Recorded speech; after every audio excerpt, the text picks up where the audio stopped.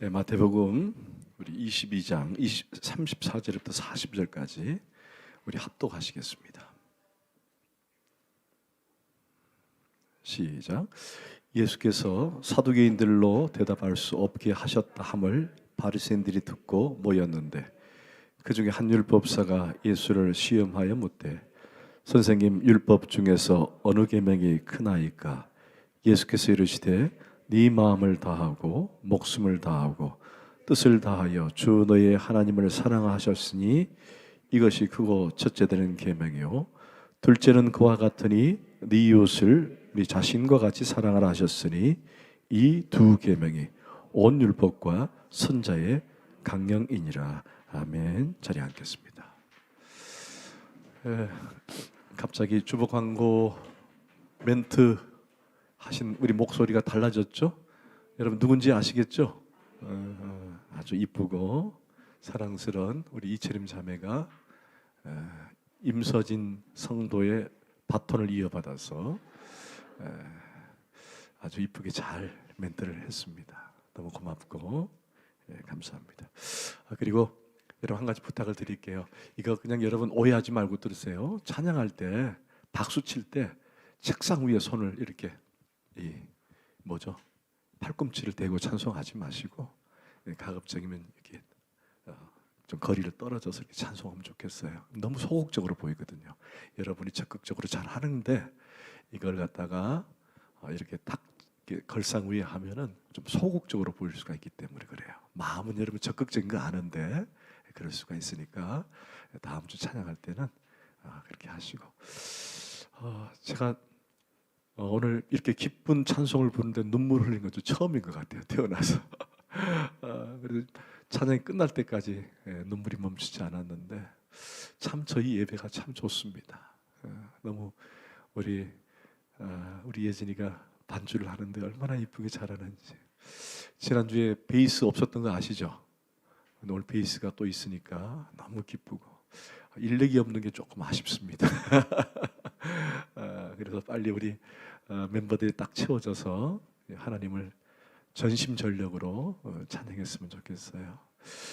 그리고 우리 찬양하는데 목소리가 정말 밝고 맑고 이쁘고 너무 사랑스럽습니다. 여러분 가사를 드릴 때마다 여러분의 간증의 고백이요 기도가 되는 줄 믿습니다. 찬송할 때 정말 고백을 담아서 드리면은 하나님은 그 예배와 제사와 찬양을 받으신 줄 믿습니다.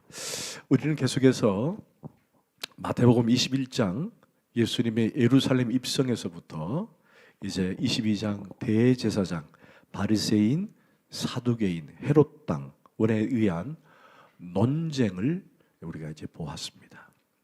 자, 이런 일련의 과정을 쭉 시리즈로 보고 있는데 이것은 일종의 논쟁 시리즈다라고 부르기도 합니다. 논쟁 시리즈. 우리가 지금까지 살펴본 것처럼 예수님은 그동안 여러 부류의 사람들을 통해서 여러 가지 주제를 가지고 시비와 논쟁을 걸어왔던 것을 기억할 것입니다.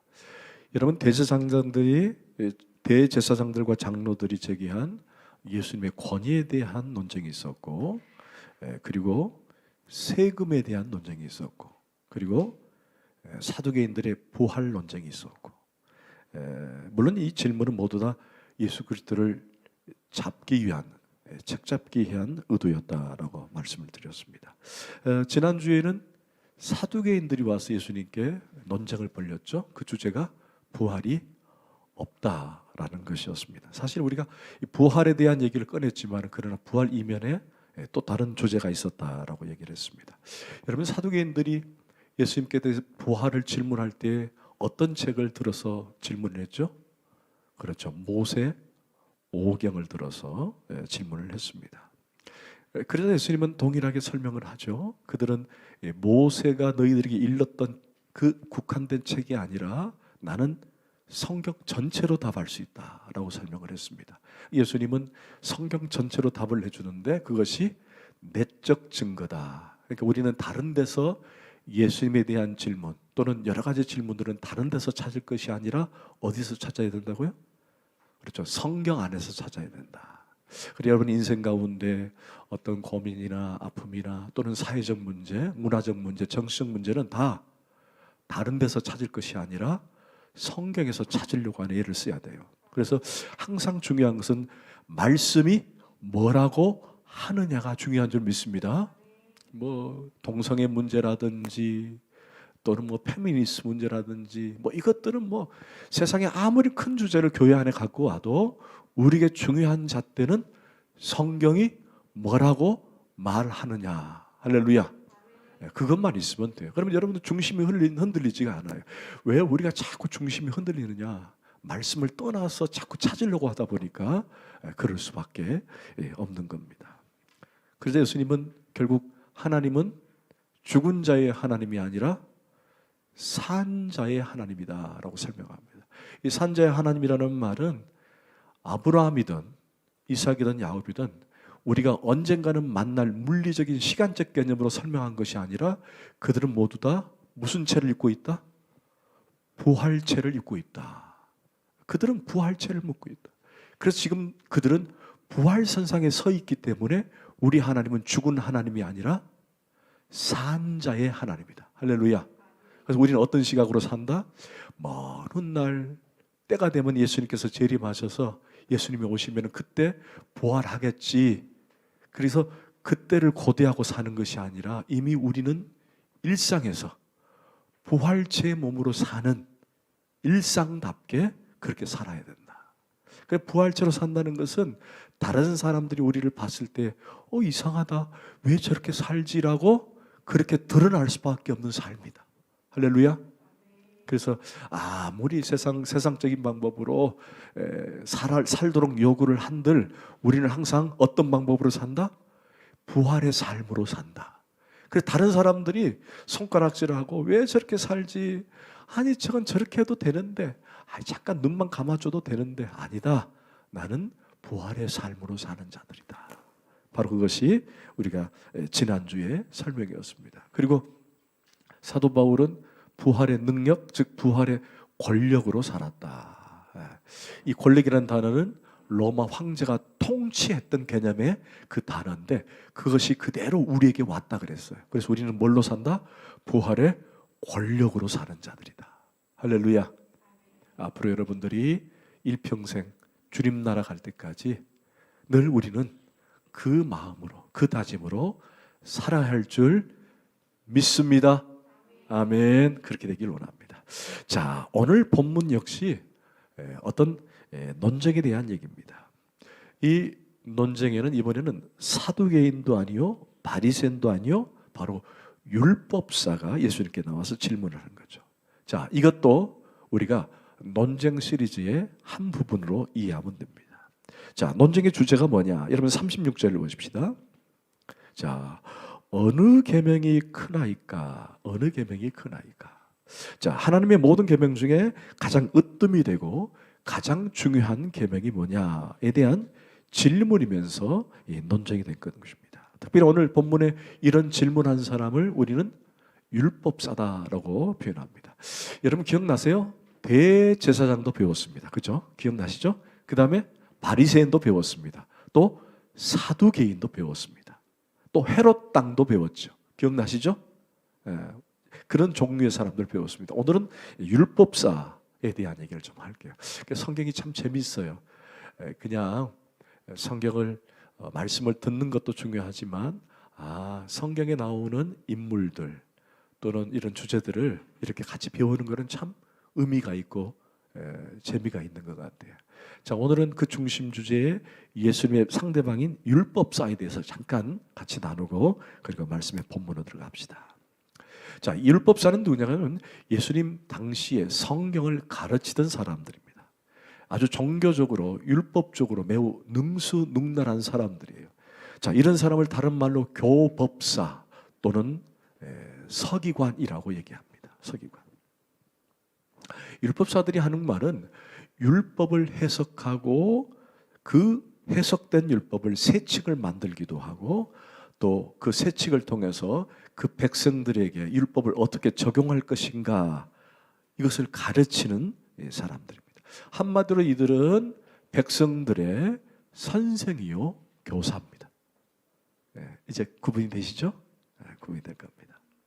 자, 이들이 언제 형성이 되었느냐?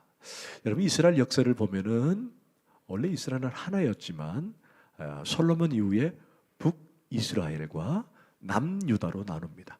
우리 북한과 남한 기억하시면 될 것 같아요. 남유다와 북이스라엘로 납니다. 자, 아수르에 의해서 북이스라엘이 이제 멸망을 당하고 그리고 얼마 있지 않아서 바벨론에 의해서 남유다가 함락을 당합니다. 그러자 소위 말하는 히브리 민족, 여러분 쉽게 유대 민족 또는 이스라엘 민족, 이 민족이 외세에 의해서 완전히 멸망을 당하는 거예요. 그리고는 모두 다 포로로 잡혀갑니다. 어디로? 바벨론으로. 근데 바벨론으로 포로로 잡혀가지만은 가지 않으려고 애를 쓰는 사람들은 다 도망을 쳐요. 그럼 그 땅에 바벨론이 지배를 하게 되고 이제 그 바벨론 제국이 형성이 되는 거예요.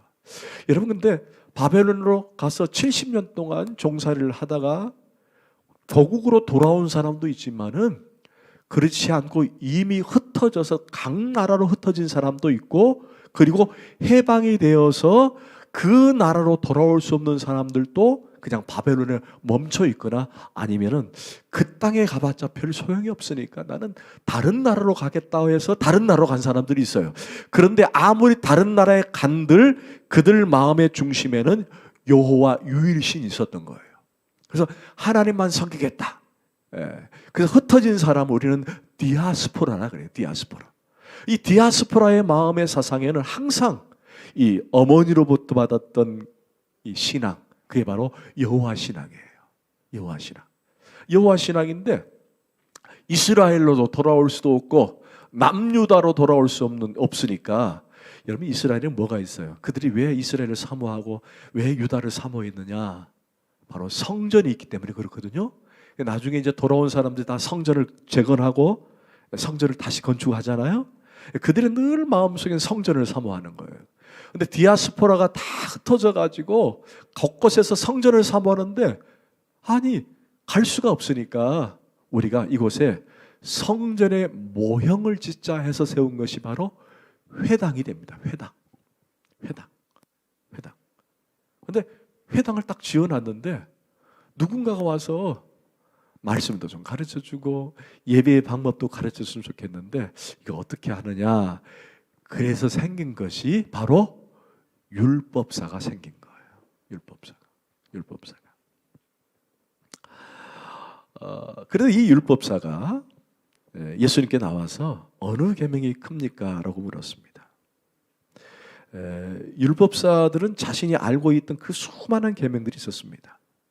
우리 보통 율법 하면 10계명을 생각합니다만은 그 당시에 10계명 외에 이 부칙 조항까지 덧붙여가지고 무려 그들이 주장하는 율법이 613개가 됩니다.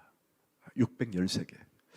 여러분 613개를 지킨다는 것이 쉬울까요? 어려울까요? 아니 10가지도 어렵잖아요. 10계명 10가지도 어려운데 거기다가 부칙 조항을 막 넣어가지고 613개. 쉬워요? 어려워요? 어려운 걸 막 주는 거예요. 율법사는 뭐 한다 그랬죠? 회당에서 가르치고 그 삶의 세칙들을 그 삶의 회중들에게 자꾸 적용을 시키는 사람들이 율법사예요. 그러니까 여러분 613개를 갖다가 막 들이대면서 잘 하고 있는지 감시를 하고 잘 못하면 정죄를 하고 그러니까 그들 가운데 뭐가 생겨요? 율법의 무게가 막 생기는 거예요. 그때 예수님께서 하신 말이 수고하고 무거운 짐진 자들아. 이때 무거운 짐이 바로 이 율법을 의미하는 거예요. 물론 우리가 그것을 다르게 적용도 하지만은 원래 예수님께서 수고하고 무거운 짐자 할 때 그때 수고한 무거운은 바로 이 율법을 얘기하는 거예요. 그때 당시는 율법이 얼마나 무거웠던지 사람들이 그것 때문에 한 발자국도 나갈 수가 없었어요. 여러분 613개 한번 생각을 해보세요. 어디 집 밖에를 나가요? 나갈 수가 없죠. 지킬 수가 없으니까. 그런데 이 율법은 딱 두 가지 형태로 이해하시면 됩니다. 자, 하라와 하지 말라. 613개는 뭐 이렇게 살면 된다가 아니라 무조건 하라와 하지 말라. 그렇게 돼 있어요. 그런데 이 율법에는 두 가지 법이 있는데 하나는 의식법이 있고 도덕법이 있어요. 율법에는 의식법이 도덕법이 있습니다. 여러분 구약 시대에는 하나님께 예배를 드리는데 여러분 아신 것처럼 5 제사가 있죠.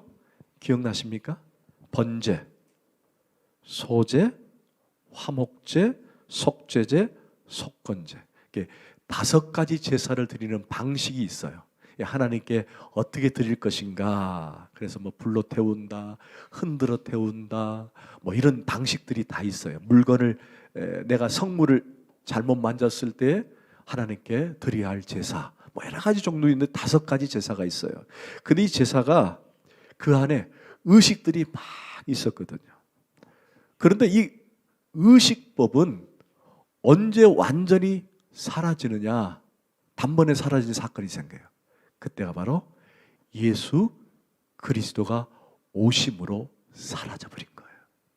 만약에 여러분들이 지금 예수 그리스도가 오지 않고 우리가 히브리 민족처럼 유대 종교를 갖고 있다면은 여러분 모여가지고, 아니 모이기 전에 저 밖에서 염소나 소를 가지고 오면은 제가 일단은 각을 뜨고 그리고 막 흔들기도 하고 막 여러 해야 돼요. 그리고 여러분 감히 이곳에 들어올 수가 없어요. 이곳은 제사장만 들어오거든요. 그리고 불로 태우기도 하고. 그러면 저 밑에 우리 교회 앞에는요, 그 동물들을 잡은 피들이 절절절절 흘쳐 내려가야 되는 거예요. 예수님이 안 오셨다면.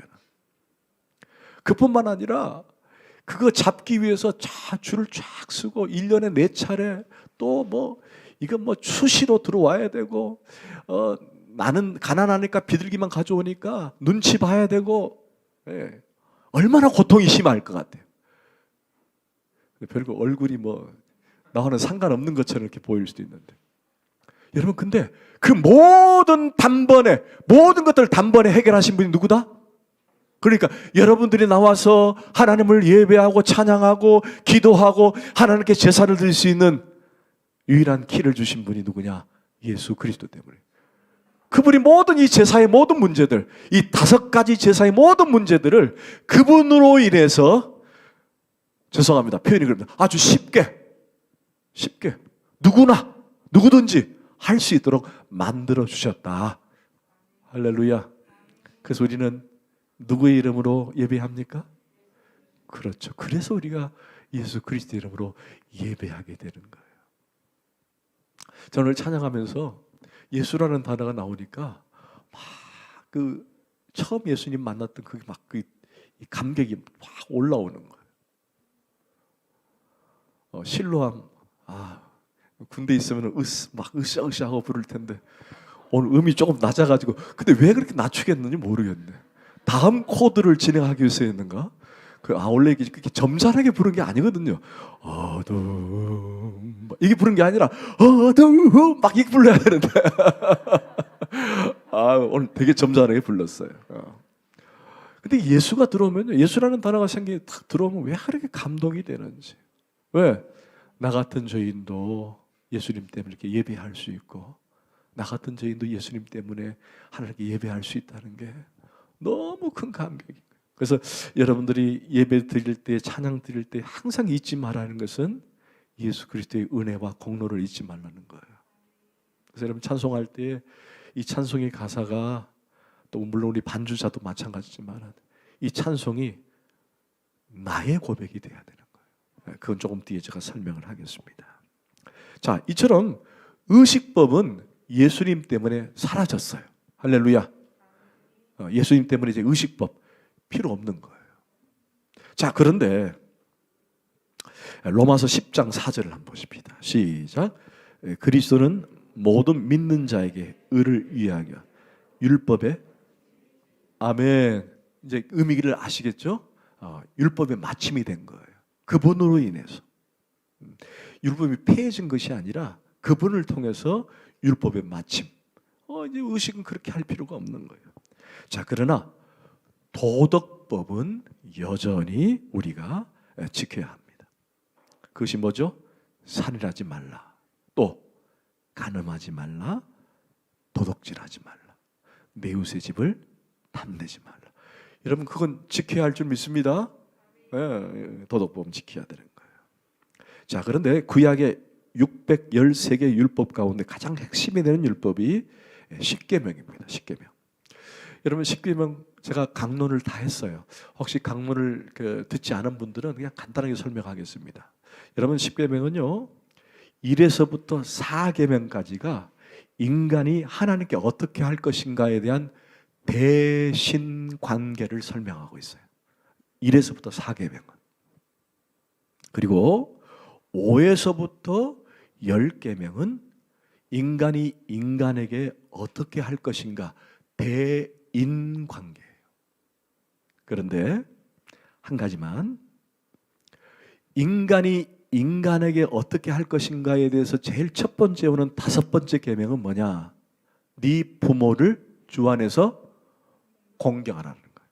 그러니까 여러분들, 많은 이웃들 가운데 첫 번째로 주신 이유가 있다는 거죠.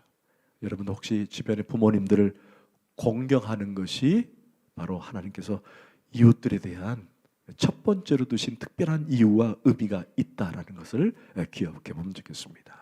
자, 그런데 오늘 율법사가 제기했던 질문은 예수님 당시에 율법사들과 특별히 이 바리새인들 간에 있었던 격렬한 논쟁 중에 하나였어요. 이게 무슨 말이냐면은 여러분 유대교육법 아시죠? 유대교육법. 유대교육법에 큰 틀이 하나 있어요. 큰 틀. 유대인들은 어떻게 교육을 시키느냐?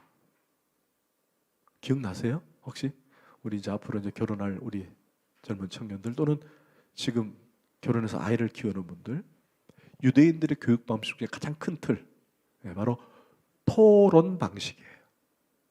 토론 방식. 그들을 모이면요 한 가지 주제를 가지고 계속 토론을 해요. 그러기 위해서는 내가 가지고 있는 학식이나 지식을 쭉 담아가지고 선포하고 말하고, 그럼 상대방을 얘기를 듣다가 또 토론하고 토론을 하다 보면은 뭐 하나의 해결점이 만들어지기도 하고 결론이 나오기도 하지만은 이거 막 계속 하는 거예요. 그러니까 지금 예수님께 묻는 방식도 그런 방식이에요. 토론 방식이에요. 그러나 그 토론에는 중심에는 논쟁이에요. 시비죠. 시비. 이때 당시에 바리새인들과 율법사들 가운데 소위 말하는 토론 또는 논쟁, 서로 막 주거니 받겠던 가장 큰 주제가 바로 오늘 본문의 주제인 어떤 계명이 가장 크냐, 그거였던 거예요. 둘이 모여가지고 야, 너 어떤 계명이 커? 나는 이런 계명이 커. 나는 이런 계명이 커. 나는 이런 계명. 서로 막 논쟁을 벌였던 주제였던 거죠. 주제들. 그러다 보니까 말이 많아지면은 같은 목표 지점을 갈 수가 없는데 이들이 그랬어요. 그래서 이제 한쪽으로 몰아서 책을 잡기자 그런 거죠.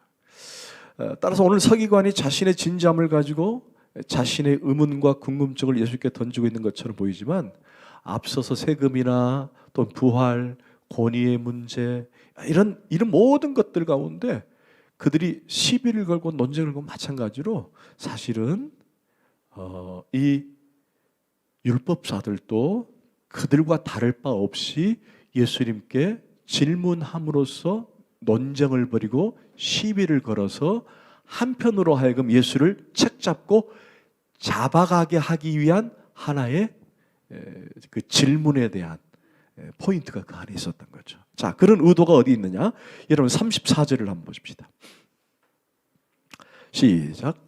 예수께서 사두개인들로 대답할 수 없게 하셨다 함을 바리새인들이 듣고 모였는데 그 중에 율법사가 질문하는 거예요. 자, 그러면은 지금 사두개인들과 예수님이 이렇게 시비 논쟁을 벌이다가 결국 사두개인들이 아무 말 없이 할 말이 없도록 만들어 버린 거예요. 저만 지보다가 가만히 그 사두개인과 예수님이 이제 부활에 대한 얘기를 하고 있으니까 밖에서 바리새인과 율법사들이 보고 있다가 그래 하다가 이번에는 내가 한번 들어가서 예수님께 시비를 걸어봐야지, 그랬다라는 거예요.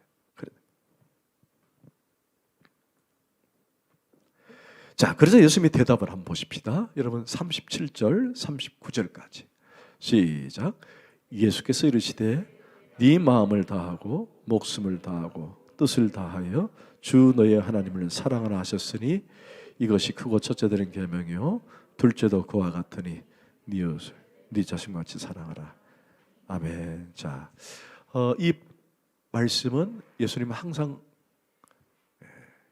하나님의 명령에 따라 살았을 뿐만 아니라 예수님은 항상 구약의 말씀을 항상 적용을 시키셨어요. 이 말씀이 그냥 예수님이 하신 말씀이 아니라 구약에 나와 있는 말씀을 인용하실 분이에요. 여러분 신명기 6장 4절에서 5절까지 말씀 시작. 이스라엘아 들으라. 우리 하나님 여호와는 오직 유일하신 하나님이시니 너는 마음을 다하고 뜻을 다하여 힘을 다하여 네 하나님 여호와를 사랑하라. 아멘. 자, 그 유명한 쉐마입니다. 이게 바로 쉐마예요. 쉐마. 들어보셨죠? 쉐마. 쉐마. 이 본문의 메시지를 예수님이 들어서 이제 율법사에게 이렇게 설명을 대답을 해주는 거예요. 자, 그다음 그 뒷부분은 어디 나오느냐? 레위기 19장 18절 말씀이에요. 시작. 원수를 갚지 말며 동포를 원망하지 말며 네 이웃 사랑하기를 네 자신과 같이 하라. 나는 여호와니라. 아멘. 자, 예수님은 이 두 가지 메시지를 그대로 하나로 묶어서 설명을 하고 있습니다. 자, 그렇다면 하나님 사랑에 관한 말씀을 하시면서 예수님 먼저 우리들에게 하나님을 사랑해야 할 이유를 설명하고 있어요. 자, 오늘 율법사가 어느 계명이 가장 큽니까? 라고 말할 때 예수님은 하나님을 사랑하라. 근데 그 사랑하는 이유가 마음을 다하고 뜻을 다하고 목숨을 다하여 사랑하는데 왜 사랑해야 되느냐? 그것은 37절에 말하는 것처럼 그 하나님은 너의 하나님이기 때문이다. 여러분 37절 한번 다시 보여주세요. 예수께서 네 마음을 다하고 목숨을 다하고 뜻을 다하여 그 다음 시작. 주 너의 하나님을 사랑하라. 자, 옆 사람에게 시작. 주 너의 하나님을 사랑하라. 여러분 이것은요 무슨 얘기예요? 바꿔서 말하면 너라는 단어는 곧 그 하나님이 누구의 하나님이라는 거예요? 나의 하나님.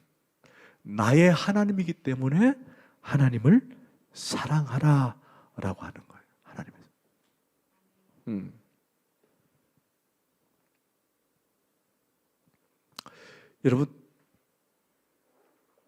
여러분이 찬양할 때 그 하나님의 고백이 나의 고백이 돼야 돼요.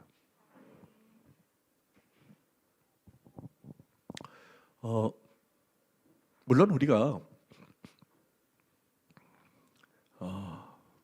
구기자차를 먹으면 안 되지만 한 주간 피자를 많이 드셨죠? 구기자차를 먹어서는 안 되는데 교회를 딱 들어와서 자리에 딱 앉는 그 순간 주여 주님의 긍휼과 은혜 없이는 제가 살 수 없음을 고백합니다 라고 고백되어짐으로 하나님께 나와 이 자리에 앉는 거예요. 그리고 예배가 이제 막 시작됩니다. 그리고 우리가 찬송을 하고 시편을 하고 기도를 합니다. 그리고 이제 임찬영 간사님이 나오셔서 우리 월십팀들이 찬양을 인도합니다. 여러분 우리가 찬송가도 부를 수 있어요. 찬송가도. 그래서 찬송가를 많이 부르기도 합니다. 그런데 찬송가와 찬양과 경배의 곡의 차이점이 있다면은 매우 주관적인 고백의 가사로 되어 있다는 거예요. 무슨 말인지 아시겠죠? 찬송가는 그냥 평이하게 누구든지 부를 수 있도록 가사가 되어 있어요. 물론 너무 구어체가 돼가지고 이게 상당히 해석하기도 어렵고 아이들에게 질문하면은 이 단어가 좀 어려워요. 찬송가는 그래요. 그러나 이 찬양과 경배곡은 이 단어도 그렇게 어렵지 않고 매우 직설적이면서 거기에 중심 주제가 뭐냐면은 내가 하나님께 경배하는 주관적 고백이 다 담겨 있다는 거예요. 그래서 찬송가 부를 때 우리가 함께 회중으로 같이 부르지만은 결국에는 내가 하나님께 부르는 거예요. 여러분 중요합니다. 오늘 여러분들이 찬송할 때 남이 부르니까 내가 부른다가 아니라 옆에 사람이 부르니까 그 소리가 크니까 나도 그 소리에 맞춰서 부르는 것이 아니라 뭐예요? 내가 하나님께 부르는 거예요. 내가 하나님께 부르는데 그 중심에는 그 하나님이 나의 하나님이 될 때에 그 찬양이 힘이 있고 능력이 생기는 거예요. 찬송을 부를 때 아무런 고백 없이 아무런 의미 없이 부른다면은 그건 울리는 꽹과리와 마찬가지. 하나님께 상달되지 않는 거예요. 그 중심에는 뭐가 있어야 된다? 그 찬송의 고백이 나의 고백이 돼야 하는 거예요. 내 고백이. 하나님께 내가 고백하는 거예요. 그 중요한 겁니다. 나의 하나님, 나의 하나님. 여러분 그럴 때 하나님은 우리를 마음을 여시고 위로와 은혜를 주시는 거예요. 혹시 이 자리에 하나님이 우리 아내의 하나님, 우리 자녀의 하나님으로 그냥 거기까지밖에 가지 못한다면 오늘 시간 여러분 고백하기로 원합니다. 그 위대하신 하나님, 언약의 하나님, 그 하나님이 나의 하나님이라는 사실. 그럴 때 하나님을 사랑하게 되는 거예요. 아멘. 그리고 사랑하는 방법도 주셨어요. 여러분 37절에 보니까 어떻게 사랑해야 합니까? 네 마음을 다하고 네 목숨을 다하고 뜻을 다하여 사랑하라. 여러분 쉬워요? 어려워요? 참 어렵습니다. 사실 이 말씀을 준비하면서 저에게도 상당히 마음이 무거웠어요. 과연 사랑하는 종 임 목사도 그렇게 말할 자신이 있느냐? 너도 과연 이렇게 선포하는데 하나님을 정말 너도 마음을 다하고 뜻을 다하고 목숨을 다해 하나님을 사랑하고 있니? 라고는 질문을 하시는 것 같았어요. 여러분 이 뜻이 뭐냐면은 모든 마음을 다해 모든 생명과 영혼을 다해 모든 사고와 이해를 다해 모든 능력과 힘을 다해 하나님을 사랑하라는 거예요. 그러니까 이게 간단하게 뭘 말하느냐? 여러분 존재를 다해 하나님을 사랑하라는 거예요. 여러분 존재를 다해서. 여러분 지금 이제 처음 예수 믿는 사람들에게 이렇게 사랑하라면 좀 거부감이 있을 수 있어요. 그러나 차츰차츰 그렇게 되어질 줄 믿습니다. 아멘. 그렇게 사랑하는 거예요. 나의 존재를 다해서. 어떤 사람은 다 그런 존재를 가지고 사랑할 수 있지만은 그러나 일부분을 가지고 시작하는 분도 계세요. 그러나 여러분들 기억하십시다. 여러분 혹시 아내를 사랑하십니까? 형제들이요? 제가 너무 갑자기 질문해가지고 당황하셨어요. 자매들이요? 남편을 사랑하십니까? 야, 역시 항상 질문은 뒤에 받는 게 나아요. 그래야지 앞에 사람이 어떤 질문을 했고 어떤 답을 했는지 알 수 있으니까. 근데 너무 빨리 이게 머리가 돌아가는 것 같아요. 형제들이요? 자매를 사랑하십니까? 그러면 전부를 사랑하십니까? 네, 이럴 줄 알았어요. 아니 여부분은 안 사랑하고 여부분만 사랑하고. 혹시 그러세요? 부부간에 그럽니까? 아니 코 고는 남편 사랑스럽지 않아요? 아니, 방귀 뀌는 아내 사랑스럽지 않아요?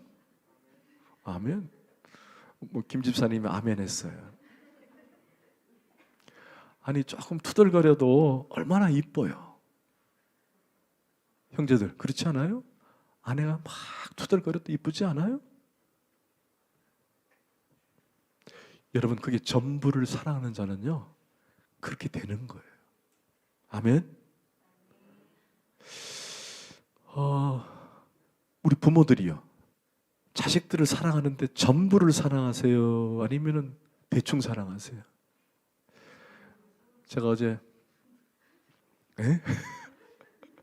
제가 어제 우리 두 분 우리 기배 형제하고 우리 영신 자매 얘기를 하다가 새로운 사실을 알았어요. 우리 민철이가 태어나자마자 장협착 제가 알거든요. 장협착이 어떤 건지. 저희 아내가 그걸 몇 번 경험했거든요. 그 정말 고통스럽거든요. 장협착은 항문으로 뭘 넣어가지고 바람을 불어서 일단 넓히든지 아니면 개복 또는 복강경 넣어 수술을 해야 돼요.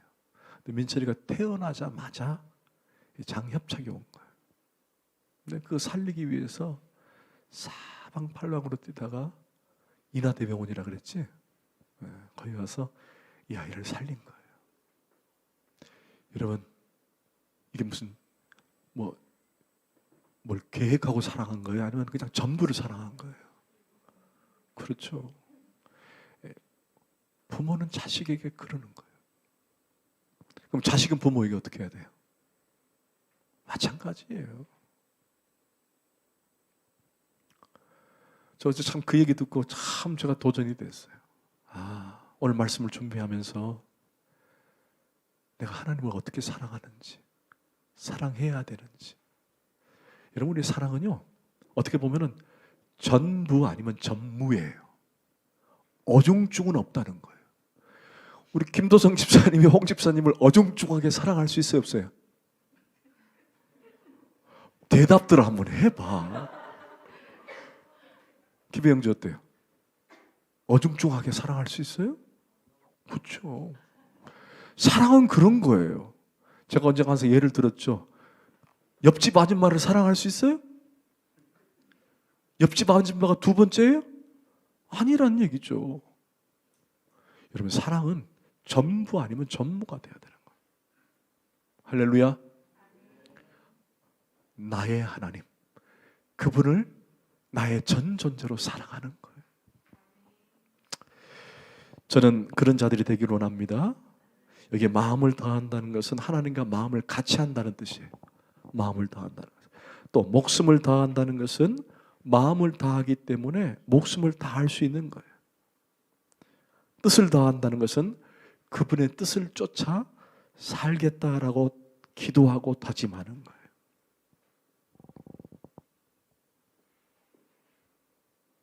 저를 잠깐 봐요. 여러분 제가 이 본문과 조금 별개 얘기지만 꼭 드리고 싶어요. 오늘 우리 점심 메뉴가 카레입니다. 배고프시죠? 근데 여러분 김하순표 카레가 얼마나 맛있는지 아세요? 근데 제가 어떻게 해서 카레를 준비했냐고 물었더니 핵감자가 나와가지고 그 아이디어 진짜 그렇지 않아요? 핵감자가 나와서 한번 카레를 함께 먹어보고 싶어요. 그러니까 끝감자가 아니라 핵감자가 나와서 우리 성도들을 섬기고 싶다는 거예요. 할렐루야. 여러분 물읍시다. 그러면 핵감자 때문에 여러분을 섬길까요? 아니면 김한수 집사가 하나님을 사랑하기 때문에 섬길까요? 말 잘해야 돼요. 김한수 집사, 핵감자 때문이야? 하나님을 사랑하기 때문이야? 아멘. 여러분 이게 우리의 사역의 출발이요 동기가 돼야 되는 거예요. 왜 반주하십니까? 하나님을 사랑하기 때문에 하는 거예요. 우리 원재 형제가 저 뒤에 앉아가지고 파워포인트를 하고, 이건 우리의 예배를 잘 흐름을 중요하게 하지만 그 중심에는 하나님을 사랑하기 때문에 하는 거예요.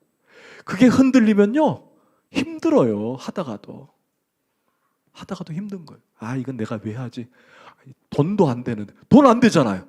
아니, 카레 만들었다 그래서 나가다가 오늘 얼마입니까 하고 500원 줍니까? 안 주잖아요. 줘요? 돈 받을 거예요? 아니잖아요. 내 돈 들여가지고 카레 만들었는데 말이야. 그렇잖아요.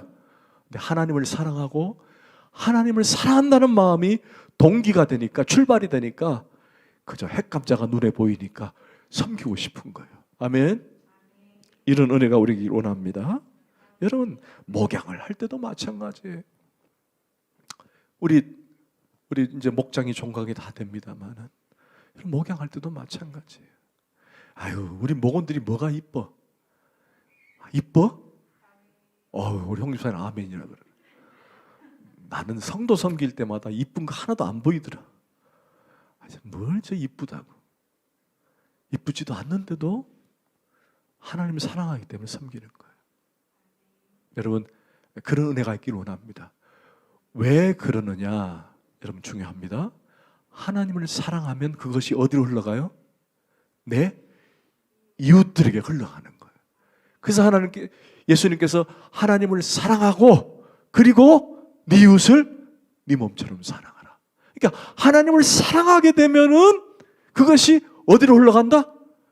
이웃에게 흘러가는 거예요. 그 원리를 가르쳐 주는 거예요. 아멘. 여러분, 요한 1서 4장 20절을 찾아봅시다. 요한 1서 4장 20절. 시작. 누구든지 하나님을 사랑하노라 하고 그 형제를 미워하면 이는 보는 바 그 형제를 사랑하지 아니하는 자는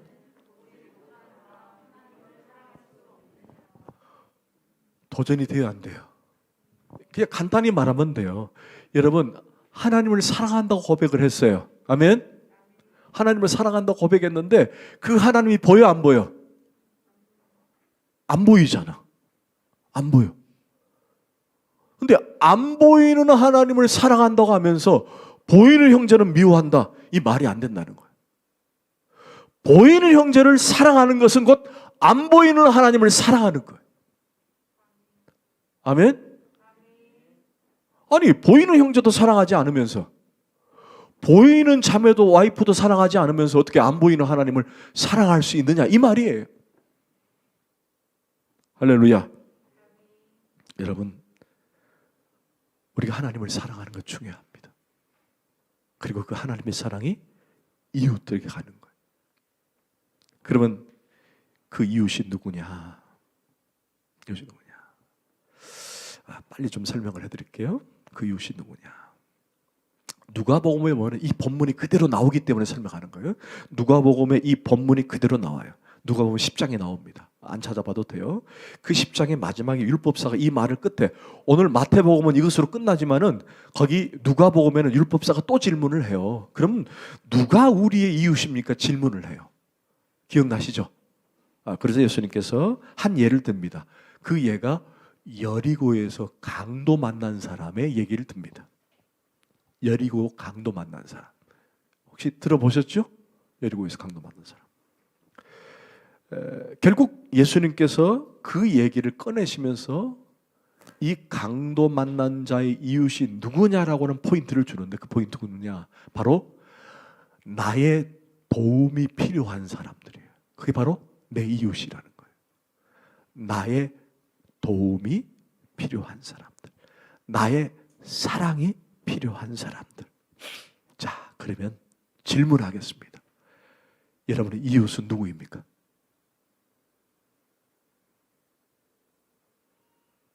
너무 어려운 질문이죠? 나의 도움이 필요하고 나의 사랑이 필요한 사람. 가깝게는 누구예요? 그렇죠. 가정이에요. 가정. 할렐루야. 아멘. 나의 도움이 필요하잖아요. 나의 사랑이 필요하잖아요. 그래서 이웃을 처음에 멀리 잡으려고 하지 마라. 여러분, 이웃을 섬깁시다. 그러니까 저 해외 이웃 섬깁시다. 저기 무슨 고아원, 그게 아니라 바로 내게 가장 가까이 있는 아내, 남편, 자식, 그리고 또 확대해 나가는 거예요. 할렐루야. 아멘.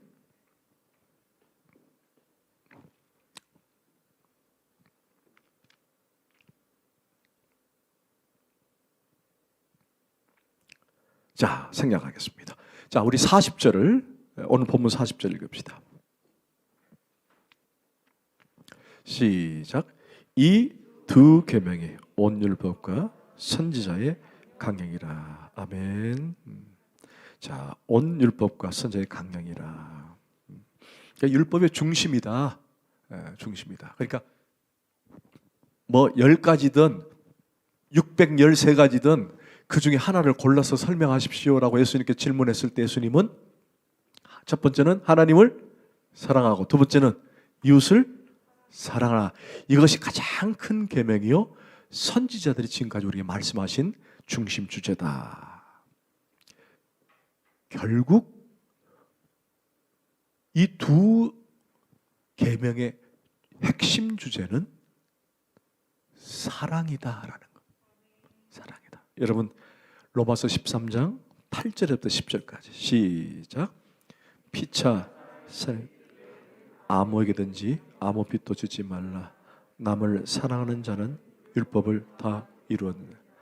간음하지 말라, 살인하지 말라, 도둑질 하지 말라, 탐내지 말라 한 것과 그 외에 다른 계명이 있을지라도 네 이웃을 네 자신과 같이 사랑하라 하신 그 말씀 가운데 다 들었느니라. 사랑은 이웃에게 악을 행치 아니하므로 그러므로 그 다음에 시작. 사랑은 아멘. 여러분 하나님을 사랑하고 이웃을 사랑하고 그러면 거기 중심이 뭐가 있다는 거예요? 사랑이 있는 거예요. 모든 율법의 중심에는 뭐다? 사랑이다. 그런데 이스라엘 백성들은 율법을 주니까 어떻게 하면 지킬 것인가, 행동으로 옮길 것인가, 의를 행할 것인가 행위에 초점을 맞췄지만은 그러나 하나님이 원했던 것은 뭐예요? 사랑에 사랑의 마음 없이 율법을 지키기만 급급하니까 자꾸 율법을 만들어내고 그 율법에 무거운 짐이 돼가지고 시름시름하고 사랑은 온데간데 없이 하나님을 사랑하는 건 뒷전이고 매일 밥 만들고 집 짓고 교회 봉사하고 거기에만 매달려 있으니까 문제가 생긴다. 그 중심에는 사랑이 있어야 한다는 거예요. 사랑. 여러분 가장 큰 계명이 뭐예요? 사랑이다.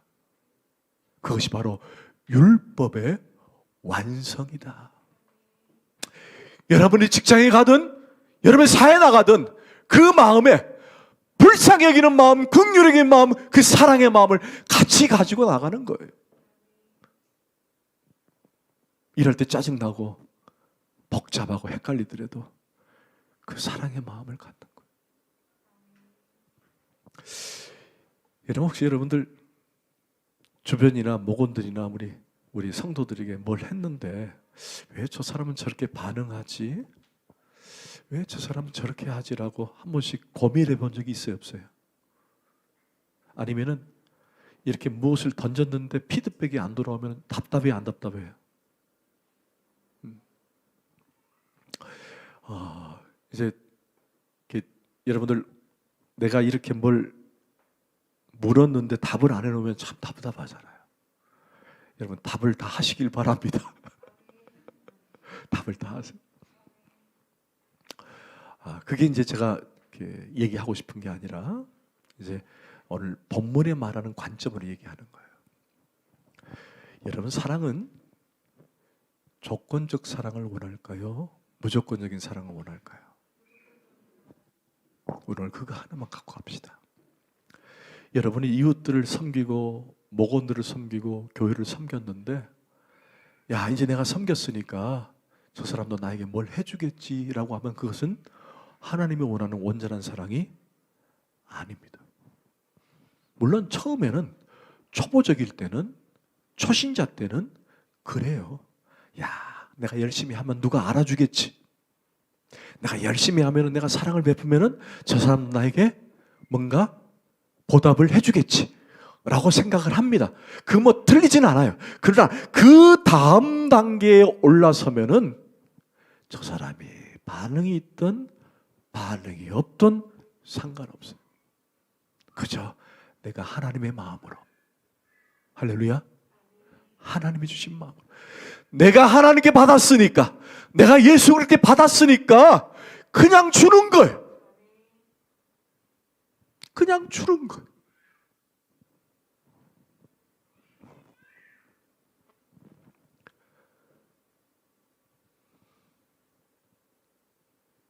한 사람 생각나서 갑자기 탁 마음을 확 다쳐버리네. 그렇게 갔어요, 그 양반은. 제가 아무리 생각해도, 여보, 왜 반응이 없지? 왜 그 사람 연락이 없지? 여보, 신경 쓰지 마세요. 그냥 우리가 했으면 됐죠. 그러다 갔어요. 그 힘들고 어려운데, 그 통증이 있는데도 가르치겠다고. 뭐 조건도 없더라고요. 여러분, 사랑하면요, 그냥 내가 하나님께 받은 것, 아멘, 예수님께 받은 은혜, 그거면 되는 거예요. 그리고 주는 거예요. 우리 하나님이 그러셨잖아요. 그분이 십자가에 죽으시면서 내가 너희를 위해 죽노라. 그러나 너희들 나에게 뭘 줘야 돼. 이러셨어요? 안 그러셨잖아요. 그분의 사랑은 무조건적인 사랑으로 그냥 주시고 온 힘을 다해, 온 마음을 다해, 온 몸을 다해 지키시고 그 피를 흘리시면서까지 우리에게 주시고 그냥 십자가에 죽으셨잖아요. 그러면 그 사랑 우리가 받았으면 우리가 그대로 흘려보내는 거예요. 상대방이 뭐라 하든 나는 예수님 닮아, 나는 예수님 닮아, 나 그렇게 사랑하리라, 그렇게 살다가 나 가리라. 할렐루야. 그게 바로 오늘 예수님이 가르치신 하나님 사랑, 이웃 사랑이에요. 어려웠나요? 그렇게 해서 우리 주달문교가 세워지는 거예요. 기도합시다.